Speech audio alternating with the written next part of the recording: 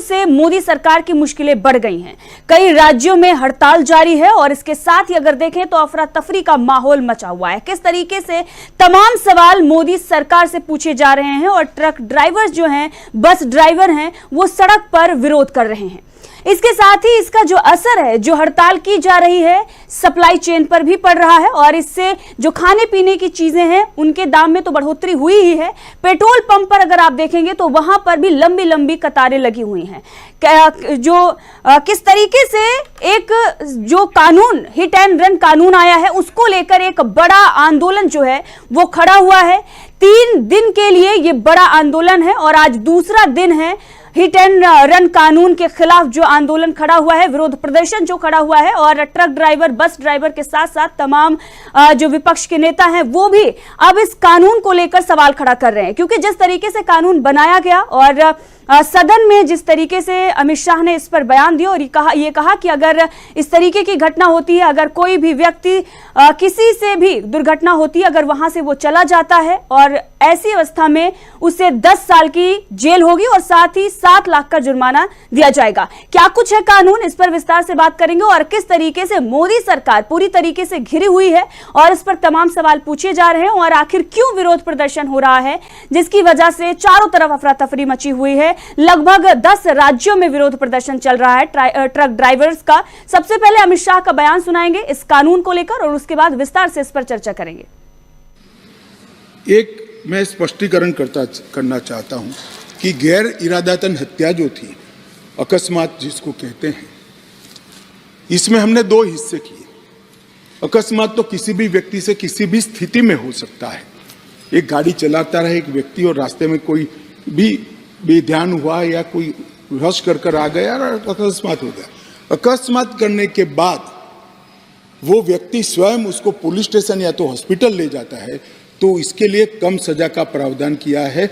और hit and run case, मरता हुआ छोड़कर कोई भाग जाता है, तो इसके लिए हमने 10 साल की सजा का प्रावधान किया।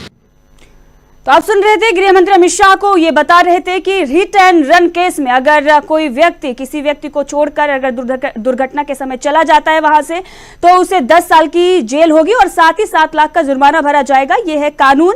दरअसल ये कानून आया उसके बाद से ही इसका विरोध हो रहा है, लेकिन सरकार इस पर किसी भी तरीके से सुनवाई नहीं कर रही थी, जिस पर कई गंभीर आरोप लगाते हुए अब जो ट्रक ड्राइवर हैं वो सड़क पर उतर गए हैं। क्योंकि उनका ये कहना है कि कानून को थोड़ा नरम बनाया जाए, लचीला बनाया जाए। क्योंकि जो पुराना कानून था वहां पर सिर्फ 2 साल की सजा थी और इसके साथ ही अगर व्यक्ति को जमानत का भी प्रावधान था। लेकिन इस वक्त जो कानून लेकर आई है मोदी सरकार, और अगर देखा जाए तो किसी के लिए भी अगर कानून बनाया जाता है तो उस वर्ग से, उस तबके से मसौदा तैयार करते हुए विचार विमर्श किया जाता है, बातचीत की जाती है। लेकिन मोदी सरकार लगातार, अगर आप देखेंगे, इससे पहले भी कोई भी कानून, चाहे वो किसान आंदोलन के समय जो किसान के कृषि 3 कानून जो बीजेपी सरकार लेकर आई थी, उस पर अगर बात कर लिया जाए तो उस वक्त भी किसानों से बिना पूछे, बिना उनकी राय लिए किस तरीके से कानून जो है वो लाकर थोप दिया गया। अब वही हुआ इस वक्त भी। लेकिन अब जिस तरीके से किसान कानून को लेकर मोदी सरकार बैकफुट पर आई थी, अब इस पर भी बैकफुट पर आती हुई नजर आ रही है। क्योंकि अगर आप देखेंगे तो लगभग 10 राज्यों में ये विरोध प्रदर्शन जो है वो बढ़ चुका है। लगातार ट्रक ड्राइवर और तमाम जो जनता है वो इसके खिलाफ विरोध प्रदर्शन कर रही है। क्योंकि अगर ऐसी अवस्था होती है, अगर किसी भी प्रकार से दुर्घटना घटती है, तो उनका सवाल यह है कि वहां से अगर वो व्यक्ति नहीं जाएगा तो फिर वहां की जो भीड़ है, कई बार ऐसा होता है कि बेकाबू हो जाती है और उसमें उसकी भी जान चली जाती है, जो ड्राइवर होता है। और अगर ऐसी अवस्था में वो वहां से भाग जाता है तो फिर उसे 10 साल की सजा और इसके साथ ही 7 लाख के जुर्माने का जो है वो प्रावधान बनाया गया है। अब इसी पर ये विरोध प्रदर्शन है और इसका असर जो है वो पड़ रहा है। नए साल की शुरुआत हुई है, लेकिन इसी के साथ अगर आप देखेंगे तो कल ही पेट्रोल पंप पे लंबी लंबी लाइन लगी हुई थी, सड़कों पर जाम है, खाने पीने की चीजें जो है वो महंगी हो चुकी है। एक तरीके से सप्लाई चेन पर एक बड़ा असर जो है वो पड़ा है। अब इसी पर विस्तार से चर्चा करने के लिए हमारे साथ हैं ऑनलाइन एडिटर हमारे अमलिंदु उपाध्याय जी, आपका बहुत बहुत स्वागत है। हमारे पॉलिटिकल एडिटर डॉक्टर दीपक पाचपोर जी, आपका बहुत बहुत स्वागत है। अमरिंदर जी, देख रहे हैं किस तरीके से एक बड़ा आंदोलन जो है उसकी शुरुआत हो चुकी है। दूसरा दिन है विरोध प्रदर्शन का। सड़कों पर ट्रक ड्राइवर जो है वो उतरे हुए हैं। पेट्रोल पंप पर आप देख रहे हैं लंबी लंबी कतारें हैं। बताया तो ये भी जा रहा है कि खाने पीने की चीजें भी, जो फल सब्जी दूध हैं, उनके भी दाम बढ़ गए हैं। पेट्रोल और डीजल की प्राइस भी काफी हद तक बढ़ गई है, यहां तक कि लोगों को मिल भी नहीं रहा है। ये लंबी लंबी जो लाइनें हैं वो ये बता रही हैं किस तरीके से अफरा तफरी का माहौल। एक तरफ अगर देखा जाए तो नए साल की शुरुआत हो रही थी और कई बड़ी उम्मीदें जनता को सरकार से थी, लेकिन सरकार ने एक ऐसा कानून थोपा जिसका नतीजा ये है। देखिए आंचल जी, ये सरकार जो बातें करती है और उसकी जो कथनी करनी का अंतर है वो लोगों को बहुत देर में समझ में आता है। अब ये समझ में आ रहा है कि जो संसद के अंदर जो गतिरोध पैदा हुआ था और जिस तरीके से विपक्षी सांसदों का थोक भाव में निलंबन किया गया, वो निलंबन किया क्यों गया था। आपको याद होगा कि मोदी जी लगातार ये बात कहते रहते हैं कि साहब उनकी सरकार ने 1700 कानून समाप्त कर दिए, वो कानून तोड़ने के लिए आए हैं। और उनका एक वीडियो बड़ा वायरल होता था कि मुझको जो है कानून खत्म करने में बड़ा मजा आता है, इस तरीके की कुछ बातें वो कह रहे थे। तो कानून आपने समाप्त कर दिए, लेकिन कानून नए जो बने हैं वो बंद किस तरीके से रहे हैं। यानी आप विपक्ष को आप संसद से गायब कर देते हैं, जिनके लिए कानून बनने हैं उनसे कोई मशवरा आपका नहीं होता है, संसदीय समितियों के पास कानून बनने से पहले नहीं जाते हैं, जो उसके एक्सपर्ट्स होते हैं उस क्षेत्र के उनसे कोई जो है राय मशवरा नहीं किया जाता है और सीधे सीधे आकर के चुपचाप जो है कानून इस तरीके से बना दिए जाते हैं और बिना किसी चर्चा के कानून पारित हो जाते हैं। आपको याद होगा कि पहले जो सीजेआई थे रमन्ना साहब, उनकी भी एक टिप्पणी आई थी कि जो है वो लोकतंत्र के लिए बहुत ज़्यादा घातक है कि संसद में बिना बहस के कानून पारित हो जाते हैं। तो जिस तरीके से ये सब कानून बनाए जा रहे हैं और एक तरीके से कहा जाए कि ये जो कानून थोपे जा रहे हैं ये बड़ी चिंता का विषय है। अब कानून कितना सही है कितना गलत है इस पर चर्चा तो तभी होगी ना जब लोग भी जाएगी उसकी पहली चीजें। पहले क्या होता था कि कानून जिसके लिए बनाए जाते थे या जो भी नए कानून बनने होते थे या जो समाप्त किए जाने होते थे या संशोधन होने होते थे, उसके बाकायदा एक जन सूचना होती थी, जारी होती थी कि किसी को इस पर कोई आपत्ति है या कुछ सुझाव देने थे, वो अपनी आपत्ति सुझाव इस पर दे और उसके बाद फिर उस पर जो थी संसदीय समिति विचार करती थी, फिर वो जाकर के कैबिनेट से पास होता था, तब जाकर के बनते थे। अब होता ही है कि वो चुपचाप कानून तैयार होते हैं, संसद को भी मालूम नहीं होता है कि आज जो है कौन सा विधेयक पेश होने वाला है और मालूम पड़ता है कि जो कार्यसूची में विधेयक थे वो पेश ना होकर के कोई दूसरे ही विधेयक जो है पेश हो जाते हैं, वो पास भी हो जाते हैं और सांसदों को जो है वो संसद से निलंबित कर दिया जाता है। जिस तरीके से ये सब चीजें सामने आ रही हैं ये साफ तौर पर दिखाता है कि सरकार की जो है कोई भी निष्ठा जो है वो डेमोक्रेसी के अंदर नहीं है और ये अपने तरीके से कानूनों को थोपना एक तरीके से चाहते हैं। अब इतने बड़े आप कानून ले आए, इस पे जो है कि किसी पक्ष से आपकी कोई राय मशवरा नहीं, इसके क्या इफ एंड बट्स होंगे, इसके क्या दुष्प्रभाव होंगे, इसके क्या फायदे होंगे, इस पर भी आपने कहीं कोई चर्चा जो थी भी किसी तरीके की नहीं की। तो जाहिर सी बात है कि इसका विरोध स्वाभाविक तौर पर होगा। और जिस तरीके से कृषि कानून लेकर के आए गए थे वो भी तब भी ये बताया गया था।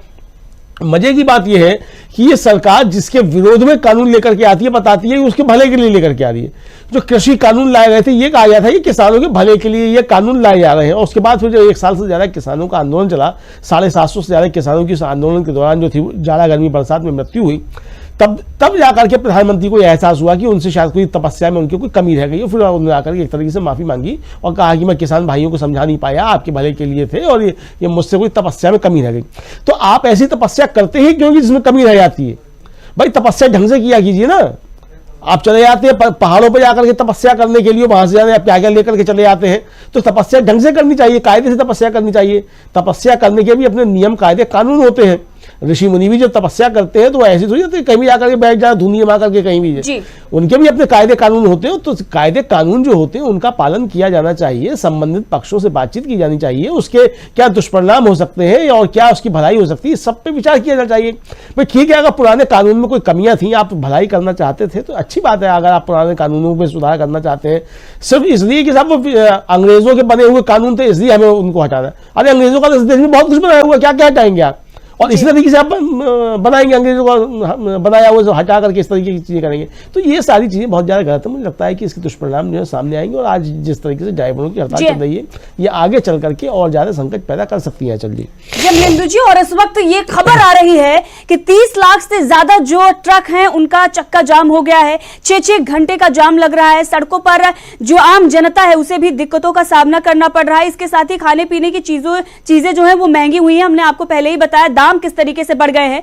लेकिन यह आंदोलन जो है वो हिंसक रूप लेता हुआ भी नजर आ रहा है, क्योंकि लाठीचार्ज किस तरीके से ड्राइवरों पर किए जा रहे हैं, चाहे वो बात महाराष्ट्र की हो या फिर मध्य प्रदेश की हो, किस तरीके से लाठीचार्ज हो रहा है और तमाम तस्वीरें जो हैं वो सोशल मीडिया पर आ रही हैं। इसके साथ ही अगर देखा जाए तो एक बड़ा सवाल यह खड़ा हो रहा है कि जब ड्राइवर्स जो है वो मांग कर रहे हैं कि इसमें थोड़ी नरमी जो है वो दिखाई जाए, थोड़े बदलाव किए जाएं, तो सरकार उनकी बात सुनने के बजाय किस तरीके से उन पर लाठीचार्ज करवा रही है और किस तरीके से उन लोगों पर अत्याचार किया जा रहा है, एक बड़ा सवाल है यहां पर खड़ा हो रहा है। जैसे कि अमलेंदु सर आपने भी ये बताया कि किस तरीके से जब ये कानून बनाया जाता है तो उससे पहले किसी का भी राय मशवरा जिसके लिए कानून लाया जाता है उससे नहीं किया जाता है और एक तरीके से थोप दिया जाता है। दीपक जी, आपसे यहां पर यह सवाल लेना चाहेंगे कि किस तरीके से यह आंदोलन जो है वो बढ़ता जा रहा है, हिंसक होता हुआ नजर आ रहा है, किस तरीके से लाठीचार्ज हो रहा है और वहीं पर दूसरी तरफ अगर देखें तो 6-6 घंटे का जाम लग रहा है और खाने पीने की चीजें जो हैं उनके दाम भी बढ़ रहे हैं। सबसे पहले तो हम यही कामना करें कि किसी प्रकार से हिंसा नहीं होनी चाहिए और न ही इन लोगों के ऊपर लाठीचार्ज होना चाहिए, क्योंकि यही वो व्यक्ति है जिनके जरिए हम लोगों तक हर कोई खाने पीने की सामान पहुंचता है। हर चीज जो है हमारे घरों को सुरक्षित रखने से, सुरक्षित से मतलब है खाने पीने की चीजें उससे लेके हर चीज जो है वो लाने का काम जो है वो यही ट्रक ड्राइवर और बहुत सारे अच्छा, आप जो केवल ट्रक ड्राइवर इसमें नहीं है। ट्रक ड्राइवर तो चूंकि all India motor transport Congress के अंतर्गत एक बहुत बड़ी संस्था है वो ट्रांसपोर्टरों की, उसके अंतर्गत ये बस और ट्रक है। असली बात यह है कि ये जो कानून है ये केवल ट्रक और बस के ड्राइवरों पे लागू नहीं होता, चल जी आप पर हम पे भी होता है। अब आप कल्पना ये कीजिए कि हमारी गलती न हो और कोई आके हमारे वाहन से टकरा जाए, उस कुछ हो जाए, तो आप ऐसी स्थिति में क्या करेंगे। होता यह है दरअसल जो बस और ट्रक के ड्राइवर इसलिए उनको सामने आना पड़ रहा है कि उनका सारा कुछ इसी पर निर्भर है। हम तो चाहे महीने 2 महीने अपने वाहनों को न निकाले तो भी हमारा काम चल जाएगा, लेकिन इनको घर से बाहर निकले बिना इनका गुजारा नहीं हो सकता। दूसरी बात होता यह कि लंबे लंबे सफर पर जाते हैं, कोई 1000 किलोमीटर, कोई 1200 किलोमीटर, किसी ऐसे अनजान जगह पर उनके इसमें एक्सीडेंट होता है। देखिए लाखों वाहन सड़कों पर जाएंगे तो एक्सीडेंट तो लाजमी है। भारत दुनिया का कोई ऐसा विकसित से विकसित देश भी ऐसा नहीं जहां पे एक्सीडेंट्स न होते हों, लेकिन एक तरह का जो माहौल ये होता है कि उसके बाद जो मारपीट होती है, लड़ाई झगड़ा होता है, ट्रक को आग लगा दिया जाता है, कई बार तो मॉब लिंचिंग भी हुई है, कई ड्राइवर जो है उसमें मारे जाते हैं भीड़ के द्वारा। तो वो किसी अनजान जगह पे जाके उनसे एक्सीडेंट होता है या किसी और की गलती से भी एक्सीडेंट अगर होता है तो भी माना जाता है कि ट्रक ड्राइवर की ही गलती है। देखिए हमारे एक तरह से एक नियम बन गया है, अघोषित सा नियम है, जिसका वाहन बड़ा होगा उसी की गलती मानी जाएगी। अगर ट्रक से कोई कार टकरा जाए तो माना जाएगा कि ट्रक वाले की गलती है, अगर ट्रक और मोटरसाइकिल की टक्कर हो जाए तो माना जाएगा कि कार वाले की गलती है, अगर बाइक और किसी पैदल वाले की टक्कर हो जाए तो माना जाएगा कि जो बाइक चला रहा था वो गलत चला रहा था। ये एक बिल्कुल अवधारणा है जिसको फिक्स मान के चला जाता है, उसी हिसाब से मामले दर्ज होते हैं। अब जो व्यक्ति वहां पर अकेला खड़ा है, अधिक से अधिक ड्राइवर है और क्लीनर है, तो आप उसको सुरक्षा की गारंटी क्या देंगे कि आप कहेंगे कि ठीक है आप वहीं पर खड़े रहिए। दूसरी बात, उसकी गलती से अगर कोई व्यक्ति जो है वो, मैं इसका व्यवहारिक पक्ष बता रहा हूं जिसके बारे में शायद इस सरकार ने बिल्कुल नहीं सोचा। अगर इतना ही इस कानून का है तो कोई भी मंत्री या कोई भी सांसद या कोई भी जो इसके पक्ष में जो समर्थन करता है वो चलकर दिखा दे। एक सीधी सी छोटी मोटी खरोच भी अगर कार में लग जाती है तो आपके दिल्ली में ही आप देखिए कितने हम लोगों ने रोड रेस के मामले देखे हुए हैं, लड़ाई झगड़ा हो जाता है, मारे जाते हैं। यहां तक कि जो नवजोत सिंह सिद्धू किस मामले में अंदर हुए जेल के अंदर, वो एक बहुत सामान्य सी घटना थी। कार को अपने शायद निकाल रहे थे या अंदर ले जा रहे थे, किसी दूसरे गाड़ी से टक्कर हो गई, दोनों को गुस्सा आया, मारपीट हुई और पता चला कि एक व्यक्ति मर गया। तो ये जो रोड रेस जो जिसको कहा जाता है, इस रोड रेस में ही सैकड़ों लोग मारे जाते हैं हर साल। आपको करना यह है कि आपको सड़कों की कंडीशन अच्छी करनी है, अच्छा प्रशिक्षण देना है, लाइसेंस अंधाधुंध बंट रहे हैं पूरे देश में। और मेरा खुद का अनुभव यह है, मैं लंबे समय से कार चला रहा हूं, मेरा खुद का अनुभव यह है कि ट्रक वाले कभी भी लापरवाही से इसलिए नहीं चलाते क्योंकि एक तो उनकी गाड़ियों में बहुत सारा लोड रहता है, एक ये अवधारणा बना दी गई है कि इन लोग लापरवाही से चलाते। तो ऐसा नहीं है, बहुत सारे अब बच्चे क्रॉस कर रहे हैं, बिना देखे कर रहे हैं, कोई व्यक्ति साइकिल चला रहा है, मोटरसाइकिल गलत तरीके से चला रहे हैं, एक्सीडेंट्स होते हैं। खैर मैं नहीं कहता कि ये बिल्कुल निर्दोष है, इनकी कोई गलती नहीं होती, ऐसा इनकी भी गलतियों से होता है, लेकिन आपको उसके मेरिट बेसिस पे तय करना पड़ेगा सबसे पहले तो किसकी गलती होती है, नंबर 1। दूसरा, आप ये मानते हैं कि केवल इनको लंबी सजाएं देने का बड़ा शौक है हमारी सरकार को। वो उनका बस चले तो हर किसी को हर मामले में वो लंबी लंबी सजाएं दे के जेलों के अंदर डाल दें। एक ड्राइवर के लिए 2 साल की सजा भी बहुत होती है। जो एक ड्राइवर कौन होते हैं, कोई बहुत उच्च वर्ग का नहीं होता, उसके कोई लाखों की इनकम नहीं होती, उसके घर का, और वही सामान्य रूप से वही एक ऐसा रहता है जिस पर पूरा का पूरा परिवार जो है वो आश्रित रहता है। उसके लिए 2 साल की सजा भी बहुत होती है, ऐसा नहीं है। और यकीन मानिए, मैं कम से कम जितने भी लोगों से मिला हूं, ड्राइवरों से या जिनसे भी मेरा पाला पड़ता है, कोई एक्सीडेंट करने का शौकीन नहीं होता। किसी को शौक नहीं रहा है कि किसी को वो दबा दे, किसी को मार डाले। हादसे होते हैं, आपको मान के चलना पड़ेगा कि आपने जो है सड़कों की स्थिति इतनी अच्छी नहीं रखी है, बहुत सुरक्षित यातायात का हमारे यहाँ की व्यवस्था नहीं है। तो इस तरीके से आप वो वातावरण दे नहीं रहे। आप सीधे चाहते हैं कि 10 साल की उसको सजा दे दीजिए, 7 लाख का जुर्माना, मतलब मजाक बना रखा है आपने कानून का। आपके हाथ में बहुमत है, तो इसका मतलब ये हो गया कि जिस आदमी के पास 7 लाख होगा वो क्या ड्राइवरी करेगा किसी ट्रक की और बसों की? क्या वो ऐसी नौकरियां करेगा? मतलब ऐसा लगता है कि इस देश को ये लोग जानते ही नहीं है। पता नहीं कहां से आए हैं ये लोग। सरकार इस समय जो भारतीय जनता पार्टी की सरकार है, कैसा वो कानून बना रहे हैं। इनको हर मामले में लोगों को लंबी सजाएं देने का शौक है। ये अलग बात है कि इनके अपने बहुत सारे लोग लंबी लंबी अपराधों में लिप्त रहते हैं। अपने लिए इनके दूसरे कानून है, दूसरे के लिए दूसरे कानून है। दूसरी बात, इस सरकार की सबसे बड़ी खामी यह है, जिसकी ओर इशारा किया है अमरेंदु जी ने स्पष्ट किया है, आप लोगों से तो राय लेते ही नहीं है। आपको पता ही नहीं कि वस्तुस्थिति क्या है। आप उसको पहले जानिए, उस हिसाब से कानून बनाइए। कानून में अगर संशोधन की जरूरत हो, ठीक है। आप देखिए, कुछ समय पहले बहुत सारे चीजों के लिए फाइन बढ़ा दिए गए। मतलब आप मोबाइल पे बात कर रहे हैं तो पहले कुछ 500-700 का जुर्माना होता था, अब आपने सीधे 5000 कर दिया, किसी में 10,000 कर दिया, किसी में उठा के सीधा 15,000। कई बार तो ऐसा होता है कि जितनी वाहन की कीमत नहीं रहती उससे ज्यादा कहीं उसके ऊपर जुर्माना लगा दिया जाता है। तो कैसे कोई व्यक्ति इसको अफोर्ड करेगा? आपको भारत की जनता की आर्थिक स्थिति का भी ख्याल रखना है, व्यवस्था को भी सुधारना है। तो आपको सबसे पहले तो यह कि जुर्माना बढ़ा देने से अपराध रुक जाएंगे, घटनाएं रुक जाएंगी, ये अगर आप सोचते हैं तो आप बहुत बड़ी गलतफहमी में हैं। आपको व्यवस्था को दुरुस्त करना पड़ेगा। अच्छी सड़कें, अब प्रशिक्षण, उनको ड्राइवरी का प्रशिक्षण अच्छा हो, उनकी आर्थिक स्थिति अच्छी हो, ड्राइवरों को अच्छी तनख्वाह मिले ताकि उनकी एक तरह से आर्थिक स्थिति अच्छी हो।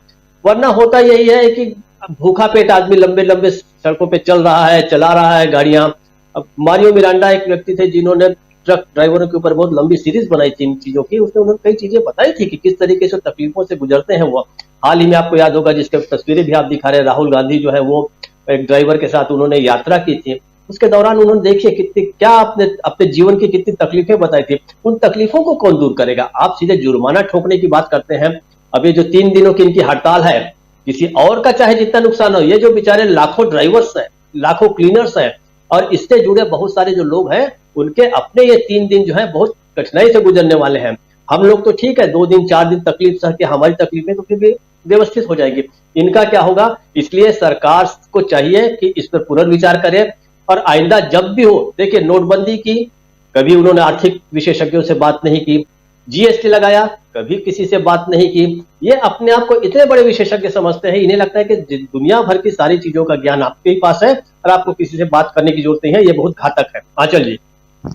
जी दीपक जी, आपने कही ये राहुल गांधी की जो तस्वीरें हैं, किस तरीके से राहुल गांधी ट्रक ड्राइवर से मिले थे और उस वक्त उन्होंने दिखाया भी था कि कितनी मुश्किलें उनके रास्ते में आती हैं और किन चीजों से उन्हें गुजरना पड़ता है। अब इसी को लेकर कांग्रेस ये सवाल कर रही है कि क्या मोदी सरकार ट्रक ड्राइवर को इसीलिए निशाना बना रही है, ड्राइवर को निशाना इसीलिए बनाया गया है ताकि राहुल गांधी जो है, पहले उन्होंने किस तरीके से जो कैब ड्राइवर हैं उन लोगों से भी मुलाकात की थी और वहीं पर ट्रक के जो ड्राइवर हैं उनसे भी मुलाकात की थी, कुलियों से भी उन्होंने मुलाकात की थी, तो तमाम जो तबके हैं उनसे उन्होंने मुलाकात की थी। और टारगेट ड्राइवर को इसीलिए किया जा रहा है क्योंकि राहुल गांधी ने ट्रक ड्राइवरों से मुलाकात की थी। इस तरह की खबरें जो हैं वो कांग्रेस की तरफ से चलाई जा रही है, उनकी तरफ से आरोप जो है वो लगाए जा रहे हैं कि मोदी सरकार खुन्नस खाई हुई है।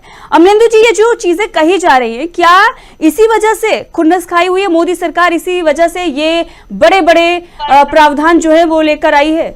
नहीं, ये एक कारण हो सकता है, उसमें कोई दो राय नहीं है कि राहुल गांधी चूंकि जाकर के समाज के विभिन्न तबकों से मिल रहे हैं, उनकी समस्याओं को समझ रहे हैं और उनकी समस्याओं के ऊपर जो है वो कानून बनाए जाने की बातें भी कर रहे हैं। अब देखिए, जैसे राजस्थान में वो गिग वर्कर्स को लेकर के कानून बने, कर्नाटक में बन रहे हैं, तो राहुल गांधी ने जिन लोगों की समस्याएं सुनी, जैसे राहुल गांधी कर्नाटक में थे, वो गिग वर्कर्स की बाइक पे बैठ करके उन्होंने बेंगलुरु की सड़क पर यात्रा की थी, तो उसके बाद राजस्थान की जो सरकार थी कांग्रेस की, उसने गिग वर्कर्स के लिए उनकी भलाई के लिए कानून बनाया। यहां उल्टा ये हो रहा है अचल जी कि केंद्र सरकार तमाम वो कानून बना रही है जो समाज के बड़े तबके को जो है वो प्रभावित कर रहे हैं, उल्टा प्रभावित कर रहे हैं, यानी उनकी भलाई के लिए नहीं है, उनकी बुराई के लिए साबित हो रहे हैं। अब ये कानून किसी भी तरीके से ना तो मतलब किसी भी ड्राइवर के पक्ष में है और ना ही ये कोई सरलीकरण कर रहे हैं, यानी आप एक दुर्घटना को आप जो है एक अपराध का जो है रूप दिए दे रहे हैं। सबसे बड़ी बात यह कि एक्सीडेंट क्या है, एक्सीडेंट यही है जो अचानक हो जाए, आपकी इसमें कोई इरादा नहीं हो, यानी आप जो है जो इरादतन अपराध है, आप उसमें जो सजाए हैं उसके बराबर आप जो है वो एक एक्सीडेंट की उसको आप लेकर के ले आ रहे हैं, यानी आपके अंदर जो न्याय की समझ होनी चाहिए वो कतई नहीं है। इसका मतलब ये साफ जाहिर होता है, और आपने किसी भी जो है न्यायिक विशेषज्ञों से इसके बारे में कोई बातचीत नहीं की, वरना कोई भी न्यायिक विशेषज्ञ जो है वो इसके बारे में इस तरह की राय दे ही नहीं सकता था कि आप इस तरीके का कानून सामने लेकर के आइए। तो ये जो जिस तरह की चीजें हो रही है, मुझे लगता है कि ये इस सरकार में बहुत ज्यादा गड़बड़ चीजें हो रही हैं, और इस सरकार का ध्यान जो है वो केवल बड़े पूंजी घरानों और बड़े कॉर्पोरेट घराने जो है उनके लाभ के लिए है। ये कानून भी जो लेकर के आए गए हैं, जिस तरीके से मोटर व्हीकल एक्ट में जिस तरीके से लेकर के आए गए हैं, ये भी सारे कानून कहीं ना कहीं जाकर के बड़े कॉर्पोरेट घरानों को फायदा पहुंचाने के लिए हो रहे हैं, और इसीलिए जो है सारी मार इसकी जो गरीबों के ऊपर डालने की कोशिशें की जा रही हैं। आप बताइए कि जैसे दीपक जी ने भी कहा कि जिस आदमी के पास 7 लाख रुपया होगा, क्या वो ड्राइवरी करने के लिए जाएगा या किसी की भी ड्राइवरी करेगा? यानी कि आप इस क्षेत्र को भी अब बड़े लोगों के लिए आप जो है एक तरीके से आप सीमित करना चाहते हैं कि इस क्षेत्र में भी अब बड़े लोग जो है वो आकर के इसको मतलब वाइट कॉलर जॉब जो है वो बना दिया जाए। षड्यंत्र इसके पीछे क्या है, असल में वो षड्यंत्र को समझने की आवश्यकता है। ये सरकार जो है वो छोटे लोगों के हाथ से सारे रोजगार के अवसर छीन करके बड़े लोगों के हाथ में रोजगार के सारे संसाधन और सारे अवसर जो है वो सीमित करना चाहती है। इसी तरीके से इस तरह के कानून लेके आ रहे हैं। अब आप समझ लीजिए कि अगर मान लीजिए किसी कानून की सजा जो है, मान लीजिए एक रेड लाइन जो है वो क्रॉस करने की सजा अगर 10,000 रुपए है मान लीजिए, और मेरी क्षमता है कि मैं 20,000 रुपए भी खर्च कर सकता हूं, तो क्या मुझे यह अधिकार हो जाएगा कि मैं 20,000 खर्च करके 2 बार रेड लाइट तोड़ूं? यानी आप इस बात के लिए प्रेरित कर रहे हैं कि अगर आपकी जेब में 20,000 रुपए है तो आप 2 बार आप रेड लाइट तोड़ सकते हैं, वहां फिर कोई कानून आपके लिए नहीं है। तो आप किस तरह प्रोत्साहित कर रहे हैं लोगों को? यह बड़ा संकट जो इस सरकार के जो है नीति निर्माता जो है, इसके जो निर्देशक हैं उनके दिमाग के अंदर है, और मुझे लगता है कि ये सारी कमियां जो निश्चित तौर पे देश के बड़े हिस्से को प्रभावित करने वाली हैं। और जिस तरीके से हड़ताल शुरू हुई है, अब ये पता नहीं अनिश्चित काल, अभी तो 3 दिन की घोषणा हुई थी, आगे भी खिंच सकती है। अगर आगे खिंचती है तो आप समझिए किस तरीके से जो सप्लाई चेन पे आपने शुरू में अपनी बात में जो रखा था कि सप्लाई चेन जो उस पर असर पड़ रहा है, दूध की आवक जो प्रभावित होगी, सब्जियों की आवक प्रभावित होगी, सबसे ज्यादा डीजल और पेट्रोल जो है उसकी आवक प्रभावित होगी। तो यानी एक तरह से कहा जाए कि पहिए जो ट्रकों के पहिए थमे हैं, ये सिर्फ ट्रकों के पहिए नहीं थमे, ये देश के पहिए थम जाएंगे जी। और देश तभी चलता है जब ट्रकों के पहिए चलते हैं। इसको समझना होगा कि ट्रक जो है वो हमारी देश की अर्थव्यवस्था की सबसे बड़ी रीढ़ है। आप एक जगह से दूसरी जगह सामान जो पहुंचाते हो, और आज जो कहते साहब इतने ट्रिलियन डॉलर की इकोनॉमी बनने जा रही है, उस ट्रिलियन डॉलर की इकोनॉमी में कितना योगदान जो है वो इन पहियों का है, उसका योगदान को आप समझिए। और विज्ञान की प्रगति ही तब हुई है जब पहिए का आविष्कार हुआ। तो दिक्कत ये है कि ये लोग चूंकि हार्वर्ड से इनको परेशानी है और हार्ड वर्क की बात करने वाले हैं, तो ये पढ़े लिखे लोगों की बातें सुनना भी नहीं चाहते हैं, और पढ़े लिखे जैसे कोई हरकतें, इनकी हरकतें भी नहीं है पढ़े लिखे जैसे लोगों की। दिक्कत जो है वो यहाँ आ रही है कुल मिलाकर के। तो मुझको लगता है कि तमाम मसलों पे जब भी कोई कानून बनता है तो उस पर एक लंबी बहस होनी चाहिए। आपको याद होगा कि 1984 में जब राजीव गांधी प्रधानमंत्री बने, उसके बाद नई शिक्षा नीति लेकर के आए। मुझे अच्छे तरीके से याद है कि उस समय लगभग 1.5-2 साल तक नई शिक्षा नीति में पूरे देश भर के अंदर बहस चली कि हम नई शिक्षा नीति लेकर के आ रहे हैं, उसके अंदर हम क्या क्या प्रावधान करना चाहते हैं, और कई बार उसके ड्राफ्ट जो थे वो परिवर्तित हुए, लोगों से राय मांगी गई। पूरे देश भर के अंदर छात्रों के, शिक्षकों के और शिक्षाविदों के बीच में, तमाम लोगों के बीच में उस पर बहस मुबाहिसे हुए, उनके सब आए उसमें सुझाव जो थे, और तब जाकर के वो जो थी वो नई शिक्षा नीति लागू हुई। अब नई शिक्षा नीति भी लागू कर दी गई है, उस पर कहाँ कोई चर्चा हुई? मुझे नहीं मालूम कि सरकार में बैठे हुए लोग जो है जिन्होंने इन कानूनों को पास करने के लिए वोट दिया, जो वहां बैठे हुए अमित शाह जब बोल रहे थे, मेरे थपथपा रहे थे, उन्होंने भी इस कानून को ढंग से पढ़ लिया होगा। मैं दावे के साथ कह सकता हूं कि भारतीय जनता पार्टी के सांसदों ने भी इस कानून को नहीं पढ़ा है, उनको भी कुछ जानकारियां नहीं होंगी कि इस कानून के अंदर है क्या क्या। लेकिन सवाल यही है कि जब देश को जो कुछ लोग का एक जो है सरकार एक समूह चला रहा है और बाकी सब बैठ करके यहाँ खामोश बैठे हुए हैं, तो इसी तरीके की चीजें होंगी आंचल जी। जी अमलेंदु जी, तो इस कानून के तहत अगर ड्राइवर फरार हो जाता है तो 10 साल की सजा होगी और साथ ही उसे 7 लाख का जुर्माना भी भरना पड़ सकता है।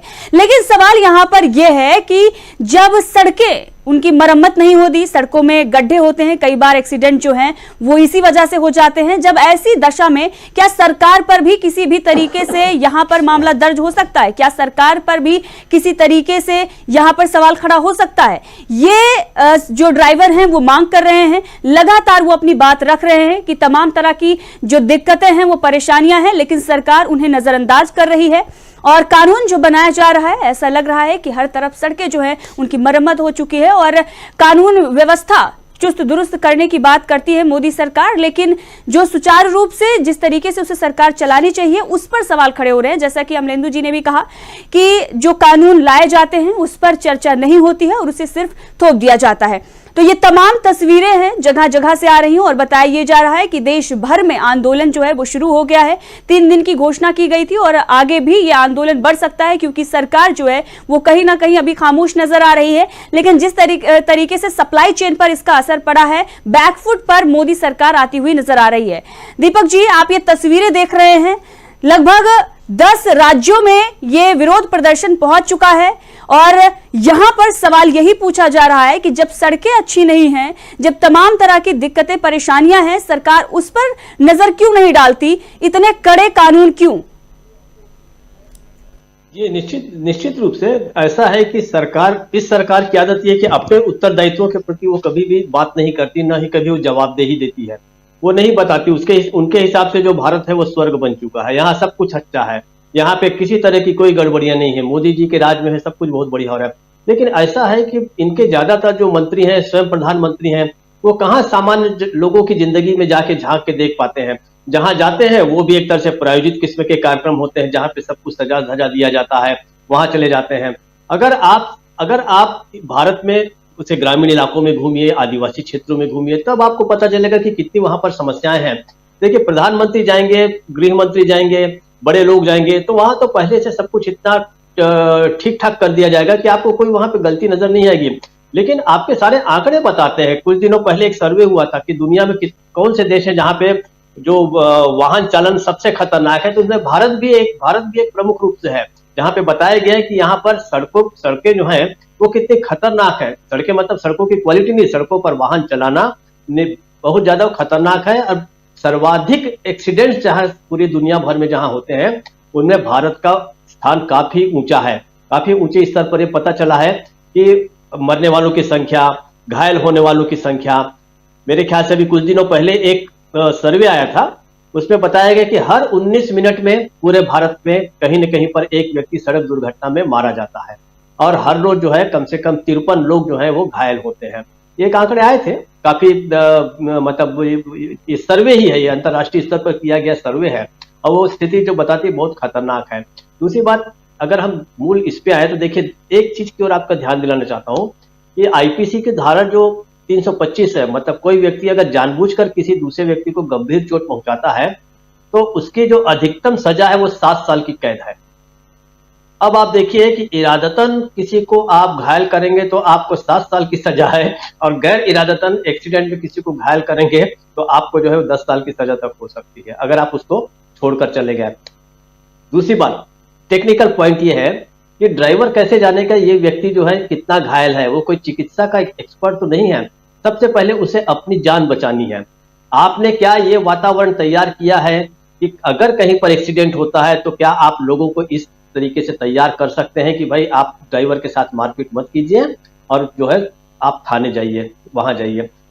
एक व्यक्ति जो मान लीजिए कि निकला होगा पंजाब या हरियाणा, कहीं से वो जा रहा है दक्षिण भारत को, अपना माल लेके जा रहा है, ट्रक में माल लेके जा रहा है या जो भी है, सपोज उसका बीच में कहीं पर एक्सीडेंट हो जाता है, बीच रास्ते में गुजरात में हो गया या कहीं मध्य प्रदेश में रास्ते में आने वाले किसी राज्य में, जहां पर उसके सामने भाषा का भी संकट है, भूगोल का संकट है, उसको क्या पता कहां पर थाना है, कहां पे जाना है, किससे मिलना है, क्या करना है। और ये वो अपना व्यवहारिक बात मैं कह रहा हूँ, सारा सामान छोड़ के वो क्या सबसे पहले एक्सीडेंट की वो खबर देने जाएगा, या क्या उस घायल को आधी रात को अगर एक्सीडेंट हो जाता है, उसके खुद का वाहन अगर खराब हो जाता है, एक्सीडेंट में अक्सर होता है ऐसा कि उसकी अपनी गाड़ी भी टकरा जाती है, तो क्या किस तरीके से वो घायल व्यक्ति को उठा के अस्पताल ले जाएगा, ये अगर समझा दे अमित शाह जी तो मैं मान जाऊं। असली बात यह है कि मैंने कहा कि व्यवहारिक ज्ञान बिल्कुल शून्य है इनका, ऐसा लगता है। तो सबसे पहले आप अपने एक्सपर्ट से मिलिए, अलग अलग ट्रांसपोर्टरों से बात कीजिए। बहुत सारे संगठन है उनके, पूरे भारत में ऑल इंडिया ट्रांसपोर्टर्स कांग्रेस के नाम से बहुत बड़ी संगठन है जिसके लाखों लोग उसके सदस्य हैं। उनसे आप बात कीजिए, उनसे समझिए। हम सब चाहते हैं कि भारत जो है एक सुरक्षित देश बने, जहां पर एक्सीडेंट्स न हो, जहां पर लोग ऐसे असामयिक मृत्यु के शिकार न हो, सड़कों पे ना मारे जाएं। लेकिन आप पहले वैसा माहौल तो तैयार कीजिए। आप आज देखिए 12-12, 13-13 साल के, 10-10 साल के बच्चे जो है वो स्कूटी चला रहे हैं, मोटरसाइकिल चला रहे हैं। 16 साल हुआ नहीं रहता, 18 साल हुआ नहीं रहता कि आप लाइसेंस दे देते हैं। पिछले लंबे समय से नितिन गडकरी बहुत सारे दावे कर रहे हैं कि व्यवस्था को बहुत सुधार दिया गया है, आपको टोल टैक्स में का जो सारा कुछ इजी कर दिया गया है, सड़कें बहुत अच्छी कर दी गई हैं। लेकिन व्यवहार रूप में तो हम देख रहे हैं कि हादसे लगातार बढ़ रहे हैं। तो आप इनको सबसे पहले हादसों को रोकिए। केवल आपका जुर्माना बढ़ा देने से आपका किसी भी आप स्थिति में नहीं जाएंगे। दूसरी बात है 30 लाख है, मैं हड़ताल चाहे 3 दिन की, हिमाचल जी आप मुझसे लिख के लीजिए कि सैकड़ों लोग इस कानून के चलते ड्राइवरी की नौकरी जो है वो छोड़ देंगे, वो अफोर्ड ही नहीं कर पाएंगे। हो सकता है उनके घर वाले ही निकलने से मना कर दें कि आप इस जॉब को छोड़िए, आप पकौड़ा ही बेच लीजिए, जैसा कि मोदी जी कहते हैं, वो भी एक अच्छा काम है। तो आप यही काम कर लीजिए कम से कम। आपको जरूरत ही नहीं है आप 2-2, 3-3 दिन, 5-5 दिन ट्रकों को लेकर जाने की। कहां पर क्या हो जाए, ये जो आशंका है, इस आशंका से बचने के लिए मुझे नहीं लगता कि इसमें से बहुत सारे लोग जो है वो जाए। पर कुल जवाब मैं कहता हूं कि हम सब ट्रक ड्राइवरों के साथ हैं, हमारा समर्थन है उनको। आप अपनी लड़ाई लड़िए, ये बहुत जायज लड़ाई है। और जिस तरीके से किसानों ने सरकार को झुकाया है, आप सरकार को झुकाइए, आपके हाथ में ताकत है और ये हम सब के लिए आवश्यक है। वो जो लड़ाई लड़ रहे हैं वो हमारी भी लड़ाई है आंचल जी, ये हम सबको समझ लेना होगा। जो लोग उनका मजाक उड़ा रहे हैं उन्हें भी चाहिए कि ट्रक ड्राइवरों का, बस ड्राइवरों का, ट्रांसपोर्टरों का इस समय साथ देना चाहिए उन्हें। आंचल जी। जी बिल्कुल दीपक जी, आपने बिल्कुल सही कहा कि अगर एक्सीडेंट होता है तो जानबूझकर कोई एक्सीडेंट नहीं करेगा, और अगर कोई जानबूझकर करता है तो वो सजा का जो प्रावधान है वो 7 साल का है। लेकिन ये अगर उसने जानबूझकर नहीं किया है, अगर फरार हो जाता है तो 10 साल का सजा का जो प्रावधान है वो कर दिया गया है।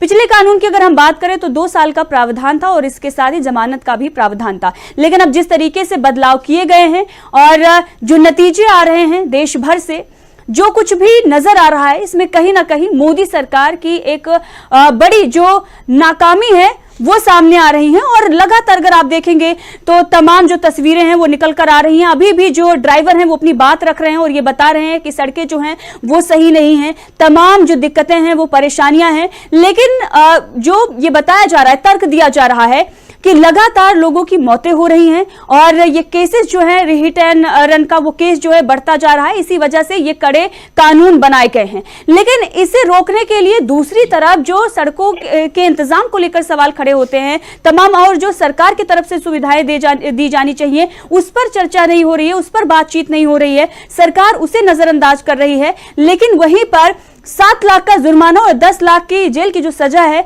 वो उनकी तरफ से किस तरीके से दी जा रही है। अमलेंदु जी, आप देखें ये नारेबाजी जो है वो की जा रही है लगातार, और लगातार ड्राइवर जो है वो अपनी बात रख रहे हैं कि सड़कों को लेकर लगातार हमारा ये सवाल रहा है कि सड़कें अच्छी की जाएं। और नितिन गडकरी जो कि हम केंद्रीय मंत्री है, परिवहन मंत्री, वो किस तरीके से तमाम दावे करते हैं, लेकिन आज अगर हम जाकर देखेंगे तो सड़कों की हालत दिन ब दिन बदतर होती जा रही है। वहीं पर अगर देखा जाए तो रोड ब्रेकर और तमाम जो है वो सवाल लगातार सरकार से पूछे जा रहे थे।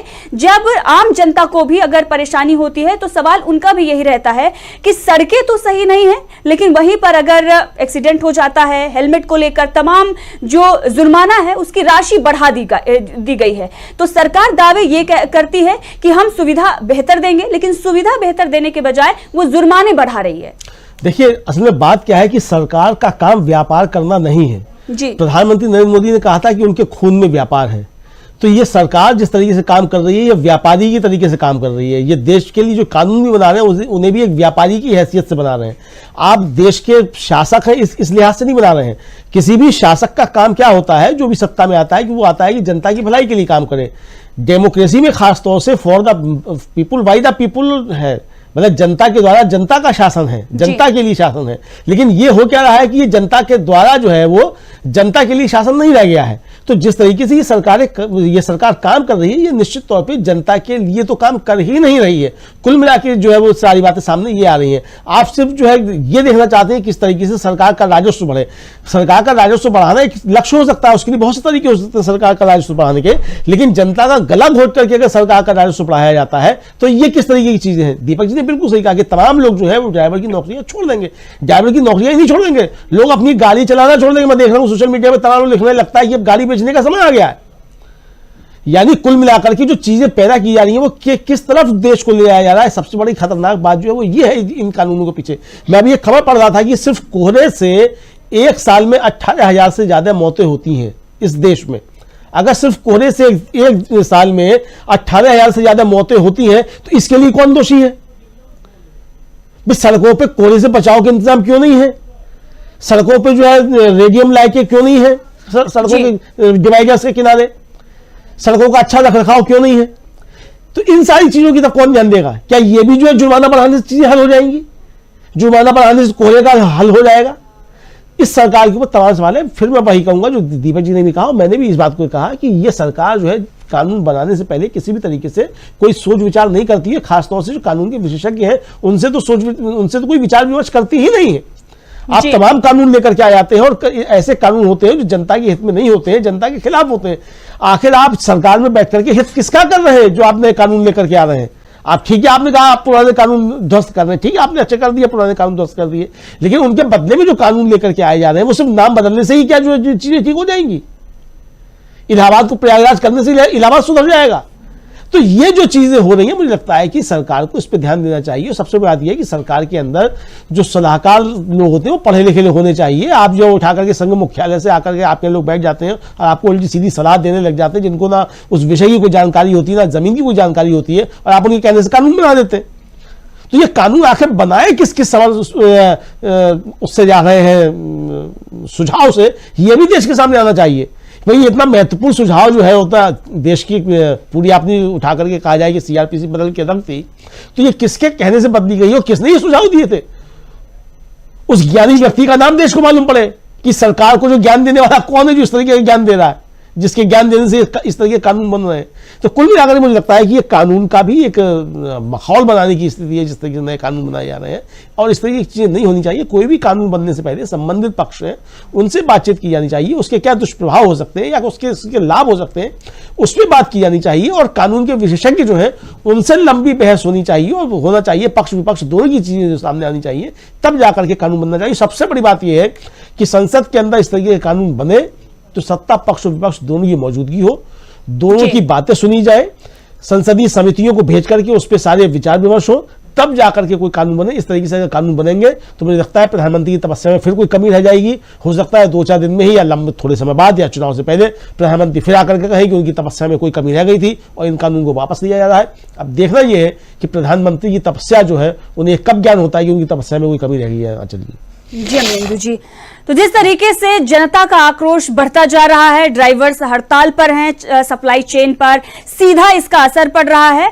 अब इस सबको देखते हुए सवाल यही है कि मोदी सरकार इस पर क्या कुछ एक्शन लेगी, उसके तरफ से क्या जवाब दिया जाता है, उसके तरफ से क्या कुछ एक्शन लिया जाता है, इस पर सबकी निगाहें टिकी हुई हैं। लेकिन जो तस्वीरें हैं वो ये दिखाती हैं कि हाहाकार मचने जा रहा है, क्योंकि अगर आप देखेंगे अफरा तफरी का माहौल है और चारों तरफ अगर आप देखेंगे तो सड़कों पर जाम है, पेट्रोल पंप पर लंबी लंबी कतारें हैं, चीजों के दाम बढ़ चुके हैं। तो एक तरीके से जो अर्थव्यवस्था है वो कहीं ना कहीं थमती हुई नजर आ रही है। क्योंकि जैसा कि अमलेंदु जी ने भी कहा कि जो अर्थव्यवस्था है वो तभी चलती है जब ट्रकों के पहिए चलते हैं। तो अगर वो रुक गए हैं, वो थम गए हैं, तो अर्थव्यवस्था भी थमती हुई नजर आ रही है। तमाम सड़कों पर अगर आप देखेंगे तो वहां पर जाम की स्थिति है और आम जनता को सबसे बड़ी मुसीबत जो है वो उठानी पड़ रही है। आम जनता को किस तरीके से मुश्किलों से गुजरना पड़ रहा है, लेकिन सरकार अभी भी खामोश नजर आ रही है। कहीं ना कहीं बैकफुट पर वो आती हुई नजर आ रही है और आने वाले दिनों में इस पर हो सकता है कि जिस तरीके से किसान कानून के बाद प्रधानमंत्री नरेंद्र मोदी ने उसे वापस लेते हुए माफी मांगी थी, इस पर भी माफी मांग ली जाए। लेकिन अगर पहले चर्चा हो जाती और सांसदों को निलंबित नहीं किया जाता और जिन लोगों के लिए यह कानून बनाया गया है उन लोगों से अगर विचार विमर्श हो जाता तो यह स्थिति नहीं आती। तो एक तरीके से बड़ी नाकामयाबी जो है वो सरकार की है और वही आज देखने को मिल रहा है। अमलेंदु जी, आपका बहुत बहुत धन्यवाद और इस मुद्दे को लेकर जिस तरीके से आपने अपनी राय रखी, विस्तार से चर्चा की। दीपक जी, आपका भी बहुत बहुत धन्यवाद और तमाम जो हमारे दर्शक हैं उन सभी का धन्यवाद। लेकिन जिस तरीके से ये आंदोलन खड़ा हुआ है और लगातार जो जनता है वो भी ड्राइवर्स के साथ इसी बात की मांग कर रही है कि अगर ऐसा कानून लाया गया है इस पर विचार विमर्श होना चाहिए और थोड़ी नरमी जो है वो सरकार की तरफ से दिखानी चाहिए। क्योंकि अगर सरकार ये तर्क दे रही है कि हिट एंड रन के केसेस जो है वो बढ़ रहे हैं, उसकी वजह से ये सजा का प्रावधान है, जुर्माना का प्रावधान लाया गया है, तो इस पर विचार अन्य जो पहलू है इसके उस पर भी करना चाहिए। आशा है ये कार्यक्रम आपको पसंद आया होगा। इस वीडियो को ज्यादा से ज्यादा शेयर करें, लाइक करें और कमेंट करके बताएं आपकी राय क्या है। और अगर आपने हमारा यूट्यूब चैनल अभी तक सब्सक्राइब नहीं किया है तो तुरंत इसको सब्सक्राइब कर लीजिए और बेल आइकन भी दबा दीजिएगा ताकि अगली जब वीडियो अपलोड हो तो आपके पास इसका नोटिफिकेशन पहुंच सके।